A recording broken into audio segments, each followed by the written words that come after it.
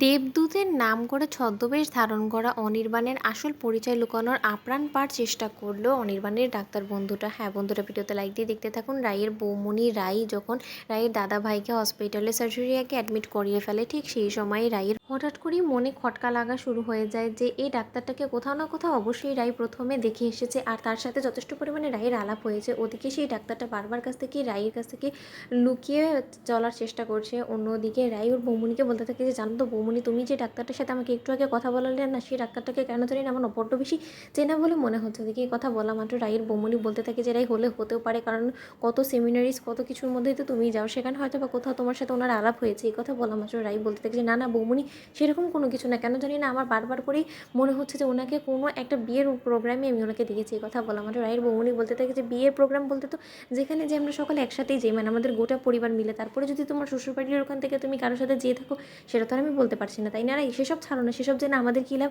ওদিকে রাই বলতে থাকে যে না কেন জানি না আমার মনে হলো যে লোকটা কিছু একটা লুকোনোর চেষ্টা করছে, আর উনি আমাকে দেখে এতটা ঘাবড়ে গেলো কী করে। ওদিকে সেই ডাক্তারটা হঠাৎ করে অনির্বাণকে ফোন করে বলতে থাকে যে এখানে তো অনেক বড় একটা কাণ্ড ঘটে গিয়েছে অনির্বাণ, তুই তো আমাকে আগে বলিসনি যে এখানে বৌদি চলে আসবে। বৌদি তো এখন নিজের দাদা ভাইকে অ্যাডমিট করার জন্য এখানে চলে এসেছে, আর বৌদির খুব সম্ভবত আমার উপরে সন্দেহ হয়ে গিয়েছে। এখন যদি বৌদি কোনো মতো আমাকে চিনে ফেলে, তুই ভাবতে পারছিস সে তো অনায়াসেই বুঝে যাবে যে আমাকে মুখ বন্ধ রাখার জন্য তুই আমাকে ফোর্স করেছিস, কারণ তার সাথে তো তুই আমাকে পরিচয় করিয়ে দিয়েছিলিস, আর তখন তো তুই পরিষ্কারভাবে বলেছিলিস যে আমি তোর খুব ঘনিষ্ঠ বন্ধু, আমরা একসাথে পড়াশোনা করেছি, তারপরে আমাদের ক্যারিয়ারটা আলাদা হয়ে গিয়েছে। এই কথা বলা মাত্র অনির্বাণ বলতে থাকে যে দেখ, তুই আর রায়ের সামনাসামনি হওয়ার একদম চেষ্টা করিস না, কারণ যতবার রায় তোকে দেখবে ততবার ওর সন্দেহ হবে, আর ওর সন্দেহ যদি একবার লেগে যায় তাহলে কিন্তু ও কোনো মতেই যত পর্যন্ত না আসল সত্য অবধি পৌঁছাচ্ছে ও কিন্তু মোটেও শান্ত হয়ে বসার মেয়ে না, আমি বলে দিচ্ছি।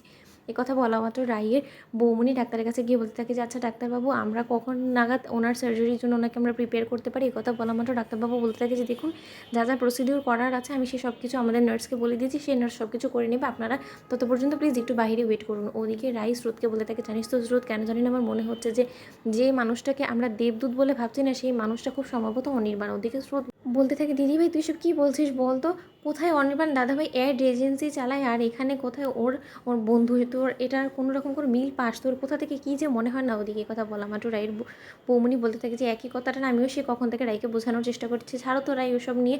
কথা বলা মাত্র রায়ের মুখোমুখি যখন হঠাৎ করে সেই ডাক্তারটা হয়েছে, ঠিক সেই সময় রায় সেই ডাক্তারটাকে হাতে নাতে ধরে ফেলার বলতে থাকে যে আমি যদি খুব ভুল না হয়ে থাকে আপনি নিশ্চয়ই অনির্বাণের বেস্ট ফ্রেন্ড, তাই না? তাহলে আপনি আমাকে একটা কথা বলুন তো, আমার দাদাভাইয়ের নাম্বারটি হঠাৎ করে আপনার কেন এতটা মনে ধরলো, আর আমার দাদাভাইকেই কেন আপনি সবথেকে ফার্স্ট চয়েস করলেন এই ক্যান্ডিডেট হিসেবে সার্জারির জন্য। এই কথা বলা মাত্র ডাক্তারবাবু বলতে থাকে যে দেখুন, আমাকে ইমিডিয়েট অন্য একটা সার্জারির জন্য যেতে হবে, প্লিজ আমাকে ডিস্টার্ব করুন, আমাকে একটু যেতে দিন। তো বন্ধুরা, ভিডিওটা ভালো লাগতে লাইক কমেন্ট শেয়ার সাবস্ক্রাইব করতে ভুলো না।